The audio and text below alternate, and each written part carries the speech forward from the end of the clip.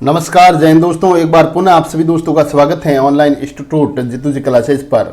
दोस्तों आज के इस सेशन में हम बात करेंगे राजस्थान हिस्ट्री में। राजस्थान हिस्ट्री में हम देखेंगे मेवाड़ के इतिहास को, और मेवाड़ के इतिहास में हम बात करेंगे राणा कुंभा के बारे में। किसके बारे में भाई? राणा कुंभा के बारे में हम इस सेशन में बात करने वाले हैं। तो राणा कुंभा का जो शासनकाल था दोस्तों वो था 1433 से 1468 ईस्वी तक। कहाँ से कहाँ तक था राणा कुंभा का शासनकाल? 1433 से 1468 ईस्वी तक था, भूलोगे नहीं। और राणा कुंभा के पिता का नाम था मोक्कल। क्या नाम था भाई? मोक्कल। आपने इससे पहले वाले वीडियो में देखा था बप्पा रावल से मोक्कल तक। देखें, बप्पा रावल टू मोक्कल, ये आपने इससे पहले वाले यानी कि चैप्टर 1 में आपने मतलब देखा था। इससे आगे हम बात करते हैं अब राणा कुंभा की। तो राणा कुंभा के पिता का नाम मोक्कल था। माता का नाम जो बात करें अपन तो सौभाग्यवती परमार इनकी माता थी। संरक्षण की बात करें कुंभा के तो इनका जो संरक्षण था दोस्तों वो था रणमल। कौन था भाई? रणमल। और रणमल की सहायता से कुंभा ने अपने पिता की हत्या का बदला लिया। किसकी सहायता से? रणमल की सहायता से। मेवाड़ दरबार में रणमल का प्रभाव बढ़ जाता है इस वजह से, क्योंकि इनकी सहायता से ये अपने पिता की हत्या का बदला ले लेते हैं, जिसकी वजह से मेवाड़ दरबार में रणमल का प्रभाव बढ़ जाता है तथा उसे मतलब रणमल ने सिसोदिया के नेता राघव देव जो सुंडा का भाई था उसकी हत्या है जो ये कर देता है। कौन भाई? रणमल। हंसाबाई ने सुंडा को मालवा से वापस बुलाया। इससे पहले आपने देखा कि सुंडा को मालवा भेज दिया जाता है, फिर हंसाबाई अब इसको मालवा से वापस बुलाती हैं। किसको भाई? सुंडा को। कौन बुलाती है? हंसाबाई। ठीक है। रणमल को भारमल की सहायता से मार दिया जाता है, फिर सुंडा को वापस बुलाती हैं। और जो ये रणमल आपने यहाँ पर देखा, इस रणमल जो कुंभा का संरक्षण होता है उसको किसकी सहायता से भाई? तो भारमल की सहायता से उसको मार दिया जाता है। रणमल का बेटा होता है जोधा। कौन होता है भाई? जोधा। जोधा भाग जाता है तथा उसने बीकानेर के पास यानी कि बीकानेर के पास एक काहुनी नाम का गांव है, काहुनी नाम की गांव में इसने शरण ली। किसने? तो जोधा ने। जोधा कौन था? रणमल का बेटा था, ध्यान रखना। सुंडा ने राठौड़ों की राजधानी मंडोर पर अधिकार कर लिया। किसने भाई? सुंडा ने। सुंडा ने राठौड़ों की जो राजधानी थी मंडोर, वहाँ पर इसने अधिकार कर लिया। और ये सुंडा था कौन? ये सुंडा था मतलब इस हंसाबाई जो इसकी मतलब सेकंड माँ थी, यानी कि ये हंसाबाई से तो पैदा नहीं हुआ लेकिन थी तो माँ ही थी ना इसकी, है ना। फिर बात करते हैं, देखिए सुंडा ने राठौड़ों की राजधानी मंडोर पर ये अधिकार कर लेता है। आवल बावली की संधि देखें, हम इसमें देखते हैं आवल बावली की संधि। तो दोस्तों आवल बावली की संधि में हम बात करते हैं किन किन के मध्य हुई? तो जोधा और कुंभा के मध्य हुई। जोधा और कुंभा के मध्य होती है आवल बावली की संधि। कब हुई? तो 1453 में। कब हुई थी भाई आवल बावली की संधि? कब हुई थी? तो 1453 में होती हैं। और इसकी शर्तें हैं जो यहाँ पर दे रखी हैं आवल बावली की शर्तें। शर्ता में सबसे पहले बताया गया कि सोजत जो पाली है, सोजत पाली को मेवाड़ और मारवाड़ की सीमा बनाया गया। किस संधि में? आवल बावली की संधि। कब हुई? 1453 में। किन किन के मध्य हुई? तो जोधा और कुंभा के बीच में ये संधि होती है। जोधा को मंडोर वापस दे दिया इस संधि के अकॉर्डिंग। कुंभा के बेटे रायमल की शादी जोधा की बेटी श्रृंगाल कंवर से कर दी जाती है इस संधि के तहत। फिर बात करते हैं अपन नेक्स्ट सारंगपुर का युद्ध। तो दोस्तों यहाँ पर होता है सारंगपुर का युद्ध। कुंभा से संबंधित कहाँ से भी अगर कोई कहीं से भी क्वेश्चन बनता है तो वो आपका क्वेश्चन यहाँ पर मतलब सॉल्व हो जाएगा इस वीडियो में। एक ही वीडियो देखना है कुंभा से संबंधित, ज़्यादा नहीं देखना है बस। सारंगपुर का युद्ध, तो सारंगपुर के युद्ध में आप बात करेंगे मतलब सारंगपुर का युद्ध पहले बात तो हुआ कब था भाई? तो 1437 में। कब हुआ? 1437 में सारंगपुर का युद्ध होता है। किस किस के मध्य होता है? कुंभा और महमूद खिलजी। जो महमूद खिलजी होता है ये मालवा का राजा होता है। कहाँ का राजा होता है भाई? मालवा का राजा। कुंभा के समय मालवा का राजा कौन था? तो महमूद खिलजी। सारंगपुर का युद्ध किन किन के मध्य हुआ? तो आप बात करेंगे कुंभा और महमूद खिलजी जो मालवा का राजा है, इसके मध्य हुआ था। कब हुआ था? तो 1437 में हुआ था। ठीक है। कारण की अपन बात करें, युद्ध के कारण की, तो महमूद खिलजी ने मोकल के हथियारों, जो मोकल था, मोकल कौन था? कुंभा का पिता। कौन था भाई? कुंभा का पिता। कुंभा का पिता था मोकल। इसके हथियारों को शरण दी थी किसने? महमूद खिलजी ने। महमूद खिलजी ने मोकल के हथियारों को शरण दी थी। युद्ध में कुंभा जीत जाता है। इस युद्ध में, सारंगपुर का युद्ध मतलब जो होता है 1437 में, विजय कौन होता है? तो बात करेंगे कुंभा की। विजय कौन हुआ भाई? बात करेंगे कुंभा की। कुंभा इस युद्ध में विजय होता है और इस विजय के उपलक्ष्य में, यानी कि जीत की याद में, चित्तौड़ में विजय स्तंभ का निर्माण करवाया। चित्तौड़ में विजय स्तंभ का निर्माण किस युद्ध के विजय के उपलक्ष्य में करवाया गया? तो आप बात करेंगे सारंगपुर की। किसकी बात करेंगे भाई? सारंगपुर का युद्ध। सारंगपुर का युद्ध भूलोगे नहीं भाई। ठीक है। कब हुआ था? 1437 में। फिर बात करते हैं अपन चंपानेर की संधि। तो चंपानेर की संधि कब होती है भाई? 1456 में। चंपानेर की संधि 1456 में होती है। महमूद खिलजी और मालवा के सुल्तान होते हैं जो कुतुबुद्दीन शाह, जो गुजरात उद्देश्य, कहाँ पे भाई? ये गुजरात के मतलब होते हैं। इसका उद्देश्य होता है, मतलब संधि का उद्देश्य, ये चंपानेर की संधि किन किन के मध्य होती है? देखें, महमूद खिलजी जो मालवा का राजा होता है और कुतुबुद्दीन शाह जो गुजरात का मतलब राजा होता है, इन दोनों के मध्य होती है संधि। संधि का उद्देश्य क्या होता है? कि राणा कुंभा को हराना होता है। क्या भाई? हराना। राणा कुंभा को पराजित करने के उद्देश्य से चंपानेर की संधि की जाती है। किन किन के मध्य? महमूद खिलजी और कुतुबुद्दीन शाह के मध्य होती है। महमूद खिलजी मालवा से संबंधित होता है और ये कुतुबुद्दीन शाह है जो गुजरात का राजा होता है। उसके बाद में यहाँ पर युद्ध होता है, संधि हो जाती है इन दोनों के बीच में चंपानेर की। फिर आगे युद्ध होता है बदनौर का युद्ध। कहाँ का युद्ध है भाई? बदनौर। बदनौर का युद्ध है दोस्तों। बदनौर का युद्ध होता है 1457 में। 56 में तो ये संधि होती है इन दोनों के मध्य। 57 में युद्ध होता है बदनौर का और कुंभा ने मालवा व गुजरात की संयुक्त सेना को हराया। संधि का कोई मतलब नहीं रहा, दोनों ने मिलकर युद्ध तो कर दिया, लेकिन कुंभा ने महमूद खिलजी और कुतुबुद्दीन शाह दोनों को बुरी तरह से यहाँ पर पराजित किया और कुंभा ने सिरोही के मतलब सैमल देवड़ा को भी इसने हराया। किसको हराया भाई? कुंभा ने सिरोही का एक सैदल सैसमल जो देवड़ा थे उनको भी इन्होंने हराया। सैसमल देवड़ा को भी हराया था। नागौर के फिरोज खां के पुत्र शम्स खां, यानी कुंभा ने इसकी सहायता की। किन की सहायता की भाई? नागौर के फिरोज खान के पुत्र, इनके पुत्र का नाम था शम्स खान। शम्स खां की कुंभा ने सहायता की। मुजाहिद खां जो था उसने कुंभा ने हराया था। किसको भाई? मुजाहिद खां को कुंभा ने हराया। ये मतलब कुंभा से संबंधित कोई क्वेश्चन बनेगा तो उसमें आपको ऐसे टॉपिक मिलेंगे, टॉपिक 1, 2, 3 और 4। उसमें से आपको बात करना है, जैसे असंगत हैं या सुमिलित नहीं हैं, तो उसमें ऐसे मतलब असंगत, तो मुजाहिद खां को मतलब नहीं हराया हो जाएगा तो वो असंगत हो जाएगा आपका। तो भाई मुजाहिद खान को तो हराया ना इसने कुंभा ने, तो इस प्रकार से क्वेश्चन बनेगा। तो वीडियो ऐसे आप ऐसे नहीं मानना कि यहाँ से क्वेश्चन नहीं बनने वाले, नहीं, क्वेश्चन ऐसे ही बनने वाले हैं। स्टेट लेवल की कोई भी वैकेंसी हो उसमें क्वेश्चन इसी प्रकार से आने वाले हैं। फिर बात करते हैं कुंभा की सांस्कृतिक उपलब्धियां। तो कुंभा की सांस्कृतिक उपलब्धियों के बारे में हम यहाँ बात करें तो देखें, स्थापत्य कला। तो दोस्तों कुंभा को राजस्थान की स्थापत्य कला का जनक कहा जाता है।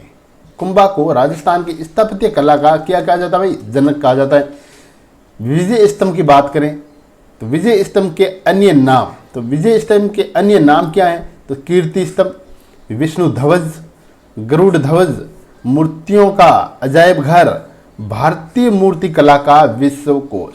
भारतीय मूर्ति कला का विश्वकोश, ये हैं इस विजय स्तंभ के अन्य नाम। विजय स्तंभ के अन्य नाम क्या है? एक बार फिर से देख लीजिएगा। कीर्ति स्तंभ है, विष्णु ध्वज है, गरुड़ ध्वज है, मूर्तियों का अजायब घर, भारतीय मूर्ति कला का विश्वकोश, विजय स्तंभ। नेक्स्ट बात करते हैं अपन विजय स्तंभ के बारे में। तो विजय स्तंभ दोस्तों ये एक 9 मंजिला इमारत है। क्या भाई? ये 9 मंजिला एक इमारत है। मंजिला क्या है? इमारत। 9 मंजिला इमारत है। इसकी लंबाई की अपन बात करेंगे तो 122 फीट है। चौड़ाई की बात करें तो मतलब 30 फीट है। इसकी हाइट कितनी है भाई, 122 फीट इसकी हाइट है, यानी कि ऊंचाई है, जो लंबाई है इसकी। ठीक है, चौड़ाई की अपन यहाँ पर बात करते हैं तो 30 फुट इसकी चौड़ाई है। इसकी 8वीं मंजिल में कोई मूर्ति नहीं है। नोट कर देना, अगर विजय स्तंभ से क्वेश्चन बना तो आपका टॉपिक ऐसे दिया जाएगा, इसकी 8वीं मंजिल में मूर्ति है, तो आपको बताना है भाई मूर्ति नहीं है, मूर्ति नहीं है। इसकी 8वीं मंजिल में कोई मूर्ति नहीं है, ध्यान रखना। तीसरी मंजिल में अरबी भाषा में 9 बार, कितनी बार भाई, अरबी भाषा में 9 बार अल्लाह लिखा हुआ है तीसरी मंजिल में। कौन सी मंजिल में, तीसरी मंजिल में। वास्तुकार की बात करें तो जैता, पोमा, पुंजा और नापा, ये इनके वास्तुकार हैं विजय स्तंभ के। उसके बाद में हम बात करेंगे कीर्ति स्तंभ परिस्थिति के बारे में। तो दोस्तों कीर्ति स्तंभ परिस्थिति के जो लेखक हैं वो हैं अत्रि और महेश। कौन है भाई, अत्रि और महेश है। मेवाड़ महाराणा स्वरूप सिंह ने इसका पुनर्निर्माण करवाया। किसका भाई, कीर्ति स्तंभ का। कीर्ति स्तंभ का पुनर्निर्माण किसने करवाया, मेवाड़ महाराणा स्वरूप सिंह ने इसका पुनर्निर्माण करवाया। जेम्स टॉड ने इसकी तुलना कुतुब मीनार से की। जेम्स टॉड ने इसकी तुलना किससे की भाई, तो बात करेंगे अपन कुतुब मीनार से की। किससे की, कुतुब मीनार से की। फर्ग्यूसन ने इसकी तुलना रोम के टार्जन टावर से की। कीर्ति स्तंभ परिस्थिति की तुलना रोम के टार्जन टावर से किसने की, जेम्स टॉड, फर्ग्यूसन। 1-2 क्वेश्चन और दे देंगे यहाँ पर, सॉरी वो नाम, तो आपको बताना है फर्ग्यूसन, यानी कि फर्ग्यूसन ने इसकी तुलना रोम के टार्जन टावर से की। जेम्स टॉड ने इसकी तुलना कुतुब मीनार से की। ठीक है भाई। विजय स्तंभ राजस्थान की पहली इमारत है। कौन सी भाई, पहली इमारत है जिस पर डाक टिकट दोस्तों जारी किया गया।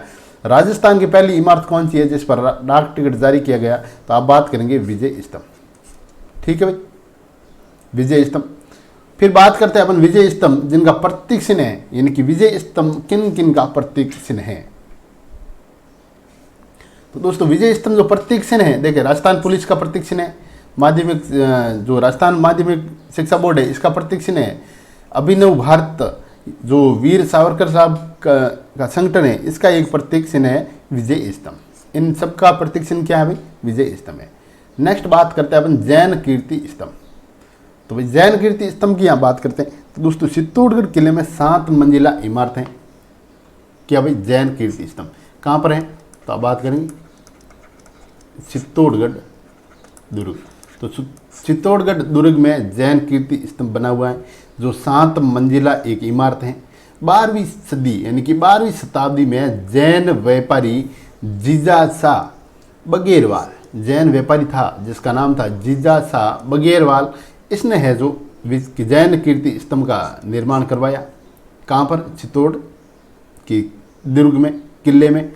ये भगवान आदित्यनाथ जो ऋषभ देव को ये हैं जो संप्रित हैं, इसलिए इसे आदिनाथ स्तंभ के नाम से भी जाना जाता है। ठीक है, कौन सा कीर्ति स्तंभ है जिसे आदिनाथ स्तंभ के नाम से भी जाना जाता है, तो आप बात करेंगे जैन कीर्ति स्तंभ की। किसकी बात करेंगे भाई, जैन कीर्ति स्तंभ की बात करेंगे। कविराज श्यामल दास की पुस्तक वीर विनोद के अनुसार कुंभा ने मेवाड़ के 84 स्तंभों में से यानी कि 84 किलों में से 32 किलो का निर्माण है जो कुंभा ने करवाया।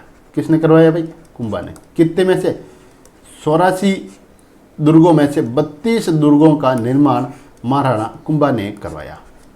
किसके अनुसार है भाई, तो कविराज श्यामल दास की पुस्तक है वीर विनोद, जिसका नाम है पुस्तक का वीर विनोद। पुस्तक किसकी है, तो आप बात करेंगे कौन है इसके रचयिता, तो कविराज श्यामल दास इसके रचयिता है। कविराज श्यामल दास की पुस्तक है वीर विनोद। इसमें बताया गया है कि कुंभा ने जो मेवाड़ में दोस्तों 84 दुर्ग हैं उसमें जो 32 दुर्गों का जो यानी किलों का निर्माण है जो कुंभा ने करवाया। कुंभलगढ़ की बात यहाँ पर अपन करें। कुंभलगढ़ राजसमंद में है। कहाँ पर है भाई, राजसमंद में है। तो कुंभलगढ़ का वास्तुकार की बात करें तो मंडल है। कौन है भाई, मंडल है। कुंभलगढ़ मेवाड़ की संकटकालीन राजधानी थी। कुंभलगढ़ मेवाड़ की संकटकालीन राजधानी थी। इसे मेवाड़ मारवाड़ का सीमा पहरी भी कहा जाता है। मेवाड़ देखें, मेवाड़ और मारवाड़ का सीमा पहरी कहा जाता है। तो आप बात करेंगे कुंभलगढ़ के बारे में। किसके बारे में बात करेंगे भाई? कुंभलगढ़ के बारे में बात करेंगे, क्योंकि कुंभलगढ़ है जो दोस्तों संकटकालीन राजधानी थी। इसे मेवाड़ और मारवाड़ का सीमा पहरी के नाम से भी इसे जाना जाता है। इसका सबसे ऊपर का स्थान है कटारगढ़। कुंभलगढ़ का सबसे ऊपर का जो भाग है, इनकी जो स्थान है कटारगढ़ है, जो कुंभा का निजी आवास था सबसे ऊपर। इसे मेवाड़ की आंख के नाम से भी जाना जाता है। कटारगढ़ को मेवाड़ की आंख के नाम से भी जाना जाता है। कुंभलगढ़ प्रस्तुति का जो लेखक की अपन बात करेंगे यहाँ पर, तो महेश हैं भाई। कौन है? महेश हैं। कुंभलगढ़ प्रस्तुति का लेखक हैं जो महेश हैं। इस प्रस्तुति में कुंभा को धर्म और पवित्रता का अवतार बताया गया है। किसमें? कुंभलगढ़ प्रस्तुति में, जो महेश के द्वारा लिखी गई है, जो रचना की गई है, इसमें कुंभा को धर्म और पवित्रता का अवतार बताया गया है। इस प्रस्तुति में कुंभा को धर्म और पवित्रता का अवतार किस प्रस्तुति, मतलब जो कुंभलगढ़ प्रस्तुति में बताया गया है, इसके लेखक कौन है? ऐसे भी आ जाता है क्वेश्चन, तो आप बात करेंगे महेश इसके लेखक हैं। असलगढ़ जो सिरोही में है, असलगढ़ कहाँ पर है भाई? देखें, असलगढ़ है जो सिरोही में है। 1453 इसमें कुंभा ने इसका निर्माण करवाया। कब करवाया? 1453 में कुंभा ने इसका निर्माण है जो करवाया। बसंतगढ़ की बात करें तो ये बसंती दुर्ग के नाम से भी जाना जाता है। कहाँ पर है? तो बात करेंगे सिरोही में है बसंतगढ़, यानी बसंती दुर्ग। मसान दुर्ग जो सिरोही के मैर पर नियंत्रण हो, इसका निर्माण करवाया गया। मसान दुर्ग है, ये सिरोही में है। इसका जो निर्माण करवाया गया, मैरों पर इसका मतलब नियंत्रण बना रहे, इसलिए इसका जो निर्माण करवाया गया। भौमट दुर्ग की बात करें तो दोस्तों भौमट दुर्ग यानी उदयपुर भीलों पर नियंत्रण के लिए महाराणा कुंभा ने इसका निर्माण कराया। भौमट दुर्ग का उदयपुर के भीलों पर नियंत्रण करने के लिए भौमट दुर्ग का निर्माण करवाया। ध्यान रखना भाई। चित्तौड़ की अगर बात करें अपन, तो चित्तौड़गढ़ दुर्ग है दोस्तों, इसका बात करें। देखिए, कुंभलगढ़ एवं असलगढ़ में कुंभ स्वामी मंदिर विष्णु भगवान का जो निर्माण इसने करवाया। कहाँ पर करवाया? चित्तौड़गढ़ में। कहाँ पर करवाया? कुंभलगढ़ एवं असलगढ़ में कुंभ स्वामी मंदिर यानी कि विष्णु भगवान का जो मंदिर है उसका निर्माण करवाया। संगाल शौरी मंदिर, शांतिनाथ जैन मंदिर चित्तौड़, इसका निर्माण चित्तौड़ के कोषा अध्यक्ष वेल का भंडारी ने करवाया। किसका भाई? संगाल शौरी मंदिर, जो शांतिनाथ जैन मंदिर के नाम से भी जाना जाता है, चित्तौड़गढ़ में ये है। तो इसका निर्माण किसने करवाया? तो ये चित्तौड़ के कोषा अध्यक्ष थे उस समय वेल का भंडारी, इसने है जो कि ये निर्माण करवाया। रणकपुर पाली जैन मंदिर की यहाँ पर बात करें, रणकपुर जो पाली के जैन मंदिर हैं, 1439 में बात करें अपन, तो जैन व्यापारी धरणसा ने इस मंदिर का निर्माण करवाया। मुख्य मंदिर की बात करें तो सोमू का मंदिर है। कौन सा मंदिर है? सोमू का मंदिर। इस मंदिर में भगवान आदिनाथ की मूर्ति है। रंगपुर के जो जैन मंदिर है पाली में है, इस मंदिर में भगवान आदिनाथ की मूर्ति है। ध्यान रखना, इस मंदिर में 1444 स्तंभ है। किस मंदिर में? रणकपुर के जैन मंदिर में जो पाली में स्थित है। इस मंदिर में 1444 स्तंभ है, इसलिए इसे स्तंभों का अजायब घर के नाम से भी जाना जाता है। इसके वास्तुकार की अपन बात करें तो वास्तुकार था देपाक। कौन था भाई? देपाक है जो इसके वास्तुकार हैं। फिर बात करते हैं अपन साहित्य की। कुंभा से संबंधित साहित्य की बात करें तो कुंभा एक अच्छा संगीतज्ञ था जो वीणा बजाता था। क्या वह वीणा बजाता था? संगीत गुरु इनके थे, वो थे सारंग व्यास थे, इनके संगीत गुरु थे। कुंभा की पुस्तकों के बारे में हम यहाँ पर देखें तो आप बात करेंगे। देखें, सुधा प्रबंध, कामराज रतिसार, जिसमें भाग 7 है जो कुंभा से संबंधित हैं। ठीक है।